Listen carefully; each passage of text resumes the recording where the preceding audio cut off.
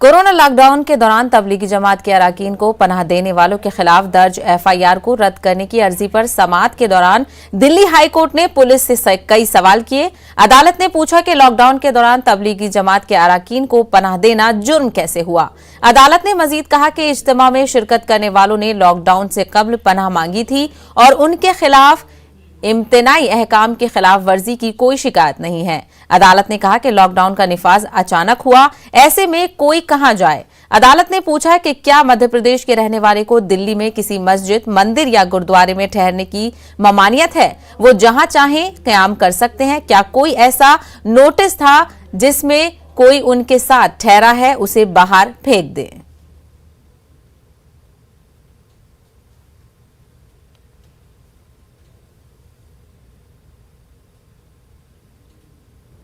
त्रिपुरा तशद्दुद मामले का कौमी अक़लियती कमीशन ने अज खुद नोटिस लिया है। कमीशन ने मजहबी मकामात, मकानों और दुकानों की तोड़फोड़ और आतिशजदगी के मामले में त्रिपुरा हुकूमत से जवाब तलब किया है।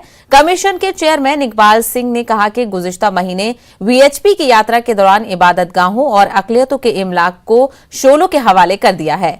तोड़फोड़ की गई इस मामले में अब तक की गई कार्रवाई की रिपोर्ट रियासती हुकूमत से तलब की गई है। इसके साथ साथ ये भी पूछा गया है कि अब तक कितने अफराद को गिरफ्तार किया गया है, एफआईआर किस दफात के तहत दर्ज की गई है, मुस्तकबिल में ऐसे वाकयात रोनुमा ना हो इसके लिए क्या इकदाम किए जा रहे हैं।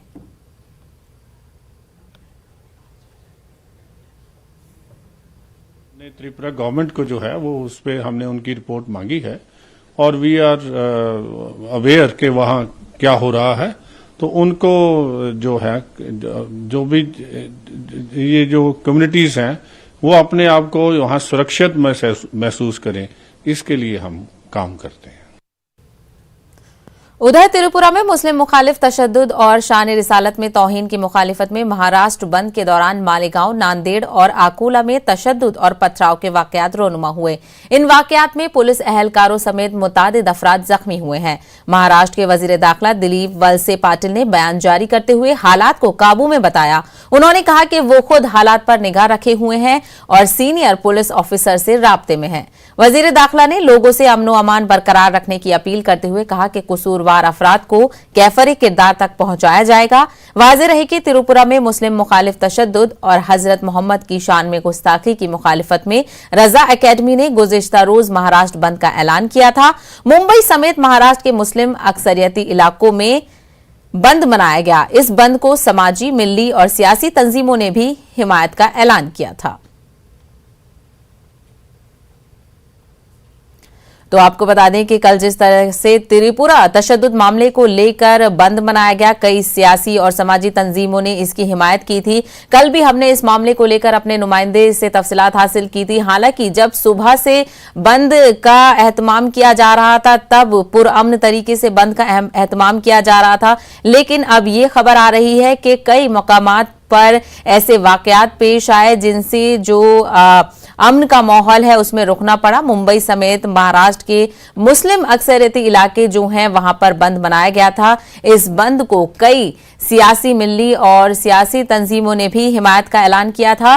बंद में जो रुकना पड़ा है उसके हवाले से तफसीलात हासिल करेंगे हमारे नुमाइंदे मोहिउद्दीन इस वक्त हमारे साथ जुड़ गए हैं। मोहिउद्दीन, आखिर ऐसा क्या हुआ? पुरअमन तरीके से बंद चल रहा था और फिर अचानक इस तरीके के वाकयात पेश हुए। जी देखिए, मैं बताता हूँ आपको कि कल त्रिपुरा में जो फसादात रोनुमा हो गए हैं और उनकी जो घटनाएं हुई हैं उसकी मुखालिफत में बंद का इनेकाद किया गया था और ये बंद जो है पुरअमन जारी था। लेकिन बंद के आखिरी मरहले में जिस तरह के जलसे का इनेकाद किया गया और जो रैली निकाली गई, वो रैली जो है वो तशद्दुद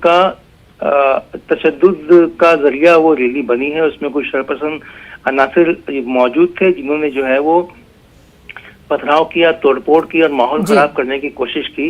यही मामला जो है मालेगांव में इसी तरह की चीजें हुई हैं, नांदेड़ में इसी तरह की चीजें हुई हैं और हालात फिलहाल काबू में हैं और पुलिस जो है वो शरपसंदों को आइडेंटिफाई करके उन्हें गिरफ्तार करने की कोशिश कर रही है। यानी इस मामले को लेकर अभी तक कोई गिरफ्तारी नहीं की गई है?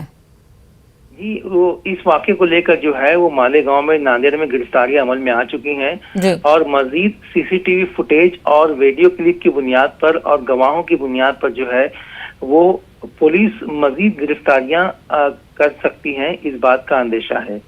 दूसरी बात ये है कि महाराष्ट्र के वजीर दाखिला ने खुद एक बयान जारी करते हुए इस बात की वजाहत की है कि महाराष्ट्र में जो है हालात पुरअमन हैं और मालेगांव, नांदेड़ और अकोला वगैरह इलाकों में जो है वो हालात काबू में हैं और पैनिक होने की जरूरत नहीं है। और पुलिस जो है वो इस पूरे मामले की जांच कर रही है और कसूरवार को जो है वो कैफर किरदार तक पहुंचाया जाएगा। इस तरह की बातें यहाँ पर हो रही है। लेकिन जिस तरह के वाकयात रूनुमा हुए हैं, ये पूरे महाराष्ट्र के लिए जो है वो चिंता का विषय है और इसी बुनियाद पे जो है वो सियासी अफराद के बयान आना शुरू हो गए हैं। अब वासिम आजमी ने बयान देते हुए कहा है कि इस पूरे मामले की जांच शफाफ तरीके से होनी चाहिए और जो कसूरवार हैं उनको उनकी गिरफ्तारी अमल में आना चाहिए, लेकिन बेकसूर मुस्लिम नौजवानों को गिरफ्तार करना जो है वो गलत होगा। इसी तरह का बयान जो है वो एनसीपी के लीडर और साबिक एमएलए शेख आसिफ ने भी मालेगांव से दिया है। तो कुल मिला के देखा जाए तो बयानबाजियों का सिलसिला शुरू हो चुका है। पुलिस अपनी कार्रवाई में मसरूफ है। माना जा रहा है कि मजीद गिरफ्तारियां जो है वो हो सकती हैं, क्योंकि पुलिस इस बात की शवाहिद में सरगर्दा है कि सीसीटीवी फुटेज से या वीडियो क्लिप से ये बात मालूम पड़ पाए कि कौन लोग हैं जिन्होंने जो है वो तशद्दुद पे लोगों को आमादा किया और तशद्दुद करने की कोशिश की, उनकी तलाश जारी है। बिल्कुल, तो ऐसे शरपसंद अनासिर की निशानदेही करना बेहद जरूरी हो जाता है, क्योंकि सुबह से जिस तरीके से हमने देखा था कि पुरअमन तरीके से ही बंद का एहतमाम किया जा रहा था, लेकिन अब उसको दूसरा रंग देने की कोशिश की गई। मोहिउद्दीन, हमसे बात करने के लिए बेहद शुक्रिया। वजारत रेलवे ने एक अहम फैसला करते हुए मुसाफिरों को राहत देने की कोशिश की है। कोरोना की वजह से बंद पड़ी ट्रेनों की दोबारा शुरुआत होगी। एक अच्छी बात यह है कि कोरोना की वजह से स्पेशल किराया जो लिया जा रहा था उसको भी खत्म कर दिया गया है। आपको सफर करने के लिए कोई इजाफी किराया अब अदा नहीं करना होगा, यानी स्पेशल ट्रेन स्पेशल किराए के रोल को खत्म कर दिया गया है।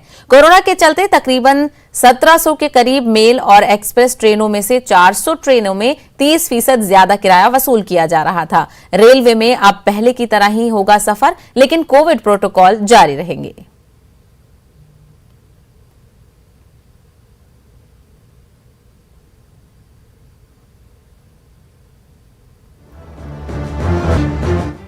गुज़िश्ता कई दिनों से दिल्ली एनसीआर की हवा का मेयार इंतहाई खराब है। घुटन भरी फिजा में लोगों को सांस लेने में भी दुश्वारी हो रही है। आज सुबह एयर क्वालिटी इंडेक्स 500 के करीब दर्ज किया गया, जो इंतहाई खराब जुमरे में है। दिल्ली एनसीआर में फिजाई आलूदगी पर आज सुप्रीम कोर्ट में समाअत है। चीफ जस्टिस एनवी रमन्ना की बेंच समाअत करेगी। पंजाब, हरियाणा, दिल्ली, यूपी और मरकज के वुकला समाअत के दौरान अदालत में रहेंगे।